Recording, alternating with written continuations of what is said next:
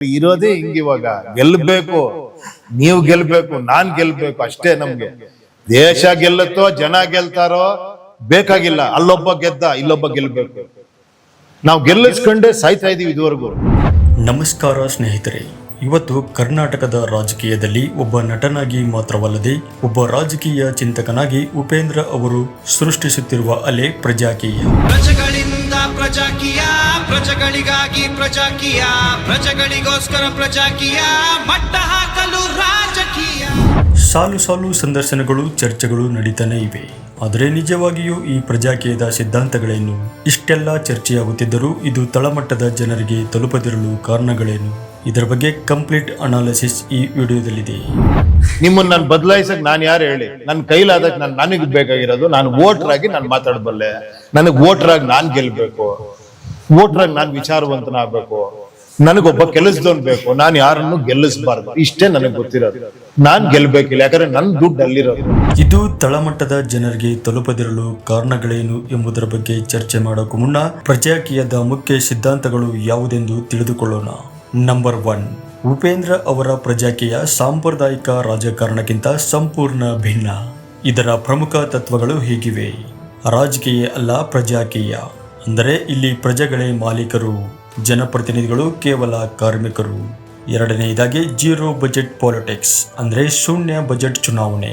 ಯಾವುದೇ ಹಣದ ಆಮಿಷವಿಲ್ಲದೆ ಪ್ರಚಾರಕ್ಕೆ ಕೋಟಿ ಕೋಟಿ ಹಣ ಖರ್ಚು ಮಾಡದೆ ಚುನಾವಣೆ ಎದುರಿಸುವುದು. ಹಣ ಹಂಚಿ ಗೆದ್ದರೆ ಭ್ರಷ್ಟಾಚಾರ ಗ್ಯಾರಂಟಿ ಎಂಬುದು ಇವರ ವಾದ. ಗೆದ್ದ ನಾಯಕರಿಗೆ ಸಂಬಳ ನೀಡಲಾಗುತ್ತದೆ. 5 ವರ್ಷ ಅವರು ಕಾರ್ಪೊರೇಟ್ ಶೈಲಿಯಲ್ಲಿ ಕೆಲಸ ಮಾಡಬೇಕು. ಪ್ರಜೆಗಳು ಕೊಟ್ಟ ಕೆಲಸ ಮಾಡದಿದ್ದರೆ ಅವರನ್ನು ಕೆಲಸದಿಂದ ತೆಗೆಯುವ, ಅಂದರೆ ರೈಟ್ ಟು ರೀಕಾಲ್ ಹಕ್ಕು ಪ್ರಜೆಗಳಿಗಿರಬೇಕು ಎನ್ನುವುದು ಅವರ ವಾದ. ನಾನು ಆಗತ್ತೆ ಅಂತ ಹೇಳ್ತೀನಿ ರೀ, ನೀವು ಆಗಲ್ಲ ಅಂತ ಹೇಳ್ತೀನಿ. ರಾಜಕೀಯ ದಾರಿ ಹಿಡ್ಕೊಂಡು ಹೋಗಿ, ನಾನು ಪ್ರಜಾಕೀಯ ದಾರಿ ಹಿಡ್ಕೊಂತೀನಿ. ಆಗಲ್ಲ, ದೈವ ಸಂಕಲ್ಪ. ಇನ್ನು ಮೂರನೆಯದಾಗಿ ಪಾರದರ್ಶಕತೆ, ಕಂಪ್ಲೀಟ್ ಟ್ರಾನ್ಸ್ಪರೆನ್ಸಿ. ತಂತ್ರಜ್ಞಾನವನ್ನು ಬಳಸಿ ಪ್ರತಿಯೊಂದು ರೂಪಾಯಿ ಟ್ಯಾಕ್ಸ್ ಹಣ ಎಲ್ಲಿ ಖರ್ಚಾಗುತ್ತಿದೆ ಎಂಬುದನ್ನು ಡಿಜಿಟಲ್ ಆಗಿ ಪ್ರಜೆಗಳಿಗೆ ತೋರಿಸುವುದು. ಇದು ಕೇವಲ ಭರವಸೆಗಳಲ್ಲ, ಪ್ರಜೆಗಳ ಅಗತ್ಯಗಳು ಕೂಡ ಹೌದು. ರಾಜಕಾರಣಿಗಳು ತಮಗೆ ಇಷ್ಟ ಬಂದ ಪ್ರಣಾಳಿಕೆ ಕೊಡುವುದಲ್ಲ, ಜನರಿಗೆ ಏನು ಬೇಕೋ ಅದನ್ನು ಪ್ರಜೆಗಳೇ ಲಿಸ್ಟ್ ಮಾಡಿ ಕೊಡಬೇಕು. ನಾಯಕರು ಅದನ್ನು ಜಾರಿ ಮಾಡಬೇಕು. ಇನ್ನು ನಿಮ್ಮೆಲ್ಲರಿಗೆ ಕಾಡುತ್ತಿರುವ ಪ್ರಶ್ನೆ, ಜನರಿಗೆ ತಲುಪದಿರಲು ಅಥವಾ ಗೆಲುವಾಗಿ ಬದಲಾಗದಿರಲು ಕಾರಣ ಏನೆಂಬುದನ್ನು ತಿಳಿದುಕೊಳ್ಳೋಣ. ಈ ಎಲ್ಲ ಸಿದ್ಧಾಂತಗಳು ಕೇಳಲು ತುಂಬಾ ಕ್ರಾಂತಿಕಾರಿಯಾಗಿದ್ದರೂ ಇಲೆಕ್ಷನ್ ರಿಸಲ್ಟ್ನಲ್ಲಿ ಇದು ಕಾಣಿಸುತ್ತಿಲ್ಲ. ಯಾಕೆ? ಇದರ ಹಿಂದೆ ಕೆಲವು ಪ್ರಮುಖ ಕಾರಣಗಳಿವೆ. ನಂಬರ್ 1, ಪ್ರಾಯೋಗಿಕತೆಯ ಕೊರತೆ. ನಮ್ಮ ಸದ್ಯದ ಚುನಾವಣಾ ವ್ಯವಸ್ಥೆ ಹಣ ಮತ್ತು ಜಾತಿಯ ರಾಜಕಾರಣದ ಮೇಲೆ ನಿಂತಿದೆ.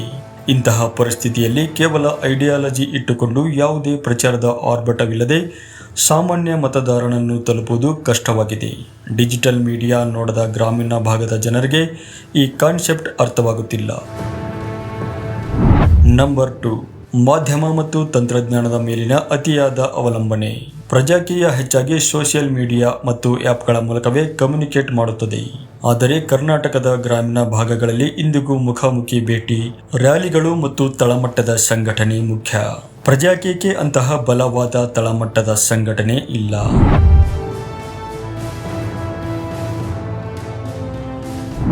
ನಂಬರ್ 3, ಉಪೇಂದ್ರ ಎಂಬ ವ್ಯಕ್ತಿಗತ ವರ್ಚಸ್ಸು ಮತ್ತು ಸಿದ್ಧಾಂತ.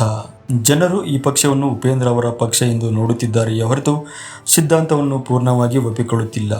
ಉಪೇಂದ್ರ ಅವರು ಸ್ವತಃ ಚುನಾವಣೆಗೆ ನಿಲ್ಲುವುದಿಲ್ಲ ಎಂದು ಹೇಳಿರುವುದರಿಂದ ಬೇರೆ ಕ್ಷೇತ್ರಗಳಲ್ಲಿ ನಿಲ್ಲುವ ಅಭ್ಯರ್ಥಿಗಳು ಯಾರು ಎಂದೇ ಜನರಿಗೆ ತಿಳಿಯುತ್ತಿಲ್ಲ. ನಾಯಕನ ಮುಖವಿಲ್ಲದೆ ಚುನಾವಣೆ ಭಾರತದಲ್ಲಿ ಗೆಲ್ಲುವುದು ವಿರಳ.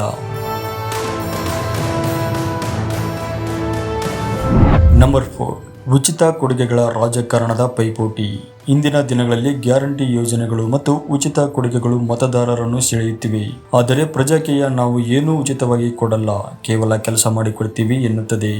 ಇದು ತಕ್ಷಣದ ಲಾಭ ಬಯಸುವ ಮತದಾರನಿಗೆ ಆಕರ್ಷಕವಾಗಿ ಕಾಣಿಸುತ್ತಿಲ್ಲ. ನಂಬರ್ 5, ಸಂಕೀರ್ಣವಾದ ಪರಿಕಲ್ಪನೆ. ಅಂದರೆ ಪ್ರಜೆಗಳೇ ಮಾಲೀಕರು, ನಾಯಕರು ಕೆಲಸಗಾರರು ಎಂಬ ಕಾರ್ಪೊರೇಟ್ ಶೈಲಿಯ ಮಾತುಗಳು ಸುಶಿಕ್ಷಿತ IT ಪ್ರಜೆಗಳಿಗೆ ಅಥವಾ ಯುವಕರಿಗೆ ಬೇಗ ಕನೆಕ್ಟ್ ಆಗಬಹುದು. ಆದರೆ ದಿನಗೂಲಿ ಮಾಡುವ ಜನರಿಗೆ ಅಥವಾ ಕೃಷಿ ಕಾರ್ಮಿಕರಿಗೆ ಈ ಆಡಳಿತಾತ್ಮಕ ಭಾಷೆ ಸುಲಭವಾಗಿ ಅರ್ಥವಾಗುತ್ತಿಲ್ಲ. ಪ್ರಜಾಕೀಯ ಎಂಬುದು ಒಂದು ಅದ್ಭುತವಾದ ಬ್ಲೂ ಪ್ರಿಂಟ್. ಆದರೆ ಈ ಬಿಲ್ಡಿಂಗ್ ಕಟ್ಟಲು ಬೇಕಾದ ಇಟ್ಟಿಗೆ, ಸಿಮೆಂಟ್ನಂತಹ ತಳಮಟ್ಟದ ಸಂಘಟನೆ ಇನ್ನೂ ಸಿದ್ಧವಾಗಿಲ್ಲ. ಉಪೇಂದ್ರ ಅವರ ಈ ಪ್ರಯತ್ನ ಖಂಡಿತವಾಗಿಯೂ ಶ್ಲಾಘನೀಯ. ಪ್ರಸ್ತುತ ಭ್ರಷ್ಟ ರಾಜಕೀಯ ವ್ಯವಸ್ಥೆಗೆ ಇದೊಂದು ಕನ್ನಡಿ. ಆದರೆ ಇದು ಕೇವಲ ಇಂಟರ್ವ್ಯೂಗಳಲ್ಲಿ ಮತ್ತು ಸೋಷಿಯಲ್ ಮೀಡಿಯಾದಲ್ಲಿ ಚರ್ಚೆಯಾಗುವ ವಿಷಯವಾಗಿ ಉಳಿಯಬಾರದು ಎಂದರೆ ಪ್ರಜಾಕೀಯದ ಕಾರ್ಯಕರ್ತರು ಪ್ರತಿ ಹಳ್ಳಿಯ ಮನೆ ಮನೆಗೂ ಹೋಗಿ ಸರಳ ಭಾಷೆಯಲ್ಲಿ ಇದನ್ನು ಮನವರಿಕೆ ಮಾಡಿಕೊಡಬೇಕಿದೆ. ನಿಮಗೇನು ಅನಿಸುತ್ತೆ? ಉಪೇಂದ್ರ ಅವರ ಪ್ರಜಾಕೀಯ ಸಿದ್ಧಾಂತ ಮುಂದಿನ ದಿನಗಳಲ್ಲಿ ಕರ್ನಾಟಕದಲ್ಲಿ ದೊಡ್ಡ ಬದಲಾವಣೆ ತರುತ್ತಾ? ಕಮೆಂಟ್ ಮಾಡಿ ತಿಳಿಸಿ. ಪ್ರಜೆಗಳಿಂದ ಪ್ರಜಾಕೀಯ, ಪ್ರಜೆಗಳಿಗಾಗಿ ಪ್ರಜಾಕೀಯ, ಪ್ರಜೆಗಳಿಗೋಸ್ಕರ ಪ್ರಜಾಕೀಯ, ಮಟ್ಟ